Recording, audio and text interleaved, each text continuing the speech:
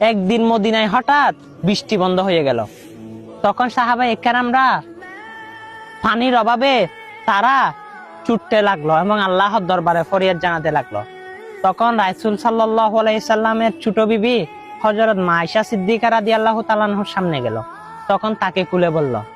তখন তিনি বলে, রওজাতুল মুনাওয়ারার উপরে একটা সূরা গম্বুজের মধ্যে একটা জানালা রয়েছে, সেই জানালা যদি খুলে দেওয়া হয় আল্লাহর রহমতে বৃষ্টি নাজিল হবে। তখন সাহাবায়ে কেরাম সেটা শুনে আমার রাসূলের রওজাতুল মুনাওয়ারার সবুজ মিম্বারের গম্বুজের ছোট জানালাটা খুলে দিল। তখন অনবরত আল্লাহর রহমতে বৃষ্টি নাজিল হলো। তখন বৃষ্টি পড়তে পড়তে এক পর্যায়ে এমন ভাবে হয়ে গেল, তখন দেখি বৃষ্টি আর বন্ধ হয় না। তখন সাহাবায়ে কেরাম টেনশনে পড়ে গেল। আবার মা আয়েশা সিদ্দিকা রাদিয়াল্লাহু তাআলা আনহার সামনে গেল। তখন বলে, এরকম বৃষ্টি তো আর বন্ধ হয় না।